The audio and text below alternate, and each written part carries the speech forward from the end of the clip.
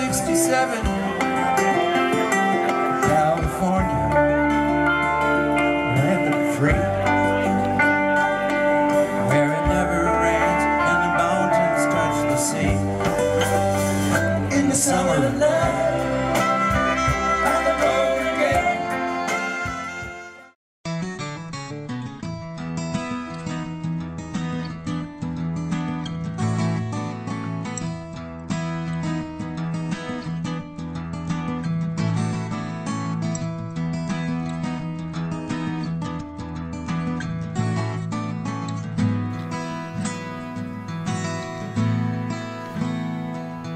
St. Louis Park Art Fair, 2018. 2018 was the inaugural year for the St. Louis Park Art Fair. St. Louis Park resident Alicia Boy, a jewelry maker and artist, conceived the idea of an art fair for artists and craft makers in St. Louis Park that would celebrate local artists and build community pride. Pass the mic now to Alicia Bowie. So about a year and a half ago or so, I was standing at the end of my driveway and I was talking to my husband. I'm one of those people, I have like an idea a week and my husband's like, oh yeah, that's a good one. And I said, you know, Nathan, like I make earrings, and another woman, Alicia, across the street, like she makes these really cute purses. And another guy, Tom, like makes these really cool like iron sculptures. There are so many people that are here that make things, and we don't have an art fair. I want to have an art fair. And he was like, yeah, cool. It's like we live across the street from the high school. You can probably put tables in the parking lot. And I was like, well, cool idea, but no. Like I want it to be bigger, and I want it to be better, and I want it to be, not that that's not bigger or better, but I want it to be different, like an actual art fair. Alicia applied for and was awarded a St. Louis Park Arts and Culture grant to make her vision a reality. She partnered with St. Louis Park Friends of the Arts to develop a plan and platform for the event. And about, I'd say, a month later, I received an email that said, hey, there's an arts and culture grant in St. Louis Park. And I thought, oh my God, like this might be it. I sent Jamie an email, and I had never met him before, and I said, hey, like I'm thinking about applying for this art fair. Like, does an art fair fit within this scope? He's like, yeah, that fits within the scope. And so anyways, I applied, and in November received confirmation that I received the grant, and like almost threw up. I was so anxious. I thought, oh my God, now I need to like plan this art fair. And so anyways, I was like pretty anxious for a couple of days, and then in January, Jamie and I connected. I sent him an email in December, and I said, you know, Jamie, I got the grant, can we meet up? And I will forever remember the first visit that I had with you, and I'm forever grateful for Jamie and for Friends of the Arts. I had this idea, but I didn't have a structure. I had an idea, but I didn't have a foundation. I didn't have the house. And Jamie said, well, like after the first visit, I think we were talking about like a bunch of different things. And he said, well, you know, the Friends of the Arts, we have been a fiscal sponsor for different projects and different events, and like maybe this could be an example of another fiscal sponsorship.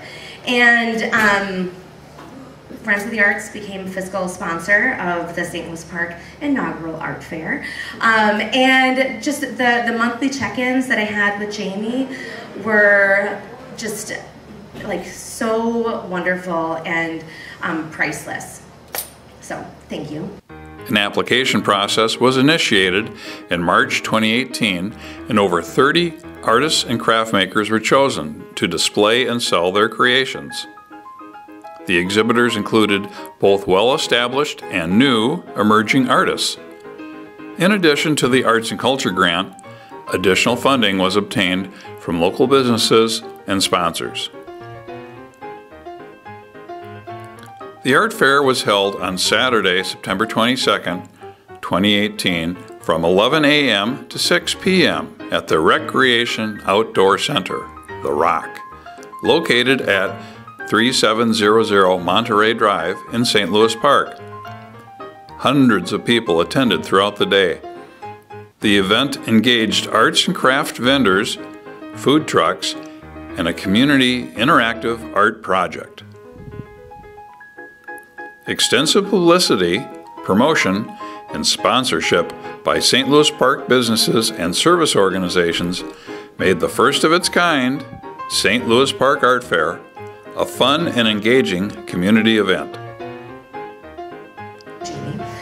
And just looking around the room, there's a lot of familiar faces that I've been able to meet.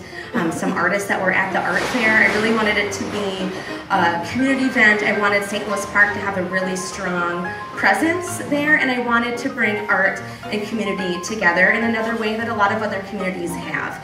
And so again, Friends of the Arts, they gave it somewhat of a, I'll say, a home, for lack of better words.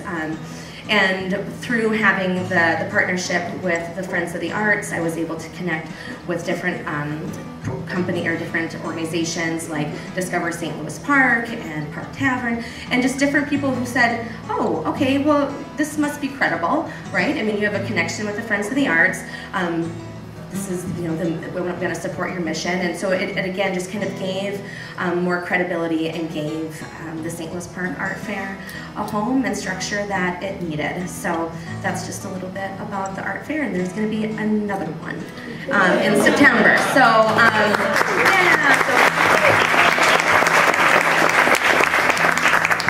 I think that's it. I will pass it along, but again, just forever grateful for the support of Friends of the Arts. The inaugural St. Louis Park Art Fair in 2018 was such a grand success that it has been scheduled again for Saturday, September 14th, 2019 at The Rock. Mark your calendars and come and support our local artists and craft makers.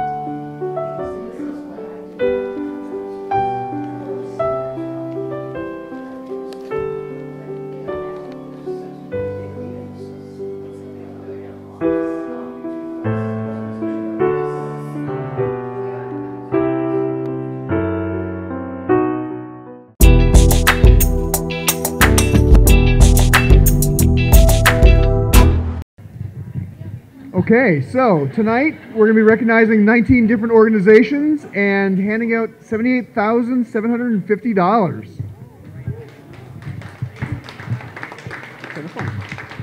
And as recipients come up, feel free to just give some context. How is this money going to be used and how will our community be bettered? So, the next up are the St. Louis Park Friends of the Arts. They are the recipient of 3 different grants. One for the Arts for Life Scholarship, the other for the Gift of Music program, and the third for the City Art Lab program. Sure. Thank you so much. My name is Jim McDonough. I'm a board member of St. Louis Park Friends of the Arts and have been since 2009.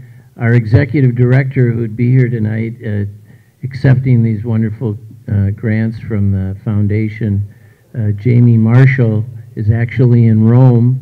He is a singer, and he's over there performing at the Vatican right now. Not on behalf of the Friends of the Arts, but I'm always promoting something. These wonderful grants from the Community and Youth Development Fund will enable Friends of the Arts to provide assistance to people who need tuition assistance or financial assistance to take courses that they're interested in. We do focus on young people as well. The City Art Lab was a program that was initiated by one of the residents, an artist in St. Louis Park, Janice Rulin, which offers free courses to folks during the summer by professional artists here in St. Louis Park. And the Gift of Music program, which is near and dear to our hearts and to St. Louis Park as well. This program has been in existence about 25 years. The Gift of Music accepts musical instrument donations. The St. Louis Park Community Band is really the flagship for this program. We serve as their fiscal agent, and over the last 15 years we have distributed over 750 instruments to needy young people in our schools and the community who need instruments. And of course the other grant can be used for instrument instruction. We have all kinds of stories, and Jim Rhodes was here, who's also a member of the foundation. He could tell you about people who are performing at Carnegie Hall right now that started as students with an instrument from this program in St. Louis Park. Thank you so much to the fund and to the community as well. None of these programs could exist with not only the financial support, but the support of the human support and the encouragement from council people, the schools, and all the other organizations that are here. Thank you. Thank you. Next up is the Park Theater Company. Again, my name is Jim McDonough, and besides being a board member of the St. Louis Park Friends of the Arts, I'm one of the co-founders and currently the board chair of the Park Theater Company, St. Louis Park's community theater. You're saying, who? What? Right here in St. Louis Park for the past 10 years. Our theater group has been doing 2 to 3 major productions per year. This particular grant and the ones that we've received from the Community and Youth Development Fund go to providing young people and their families with free complimentary passes. This has become such a part of our organization that we've actually created a program called You Belong. This upcoming year in 2019, but probably in early June of next year, we're going to host the St. Louis Park Community Band at the Recreation Outdoor Center, and they will be doing an entirely innovative new program with the leadership of our musical director, Roderick Phipps Kettlewell, who's an internationally known music director. You can find us on the web, theparktheatercompany.com, and we have now attained a freestanding 501c3 status. In other words, we're a nonprofit. We're grateful for that. In 2017, we launched an Arts in the Park video magazine, which appears on Park TV 15 and then is uploaded to our YouTube channel. And so what that program does is highlight the arts events that are happening in St. Louis Park. Thank you so much for this support. Again, to the Community Fund, its board, particularly Rhoda and Elena, who do a lot of the grant development work, and also the rest of you as community leaders and organizations for your support.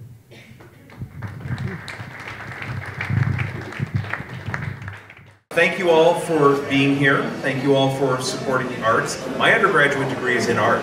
After graduating from college, I was actually an artist working in my field. I did large monumental bronze sculpture, right? I carried the creativity that I got from the world of arts with me into all of the rest of my life.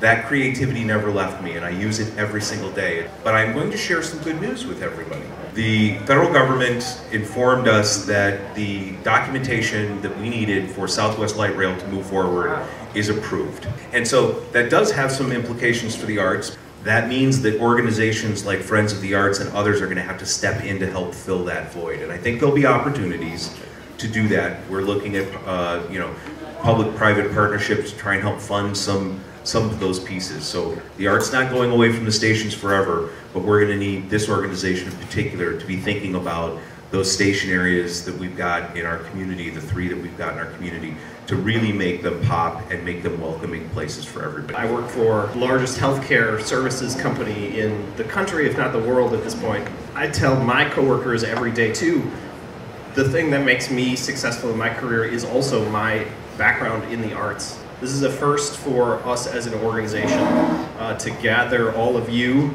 and to have support from our community to better our community through the arts and through creativity. Friends of the Arts has been around in St. Louis Park 20 years ago. I joined about a little over 5 years ago, and helping the organization evolve and grow into what it is today. Friends of the Arts has always been an organization about lifting up the arts in our community and increasing access and opportunity in the arts for people that may not have had those opportunities. One really great example of how we've moved beyond just increasing access to really harnessing creativity is through the Unities thing that happened this year. We're using arts as the jumping off point for something much deeper in our community.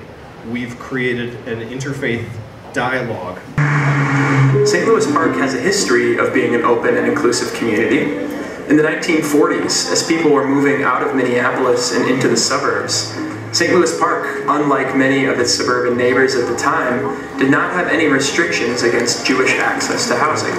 So a lot of the Jewish community from North Minneapolis found their new homes in St. Louis Park, and we're now proud to be the home of many synagogues, Jewish-owned businesses, and the Seda's Jewish Community Center.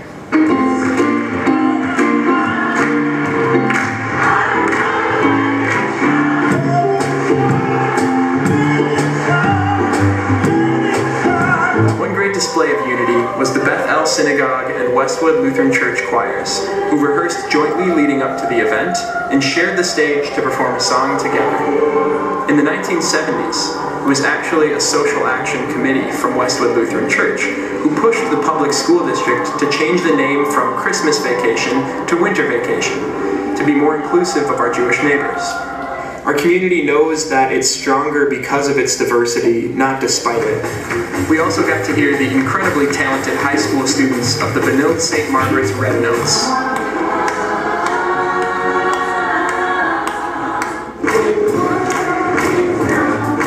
Mark Bloom's choir, the Highlight Chorus, performed some familiar tunes. They're all ages 65 and up, and they get together every week to share their love of singing.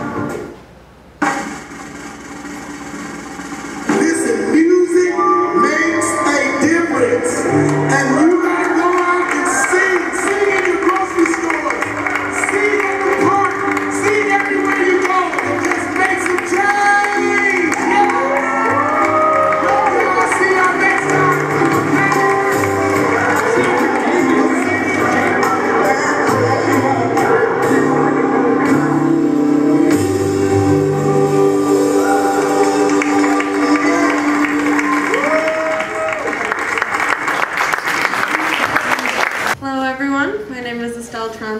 I am a senior at St. Louis Park High School, and I am a student representative on the photo board.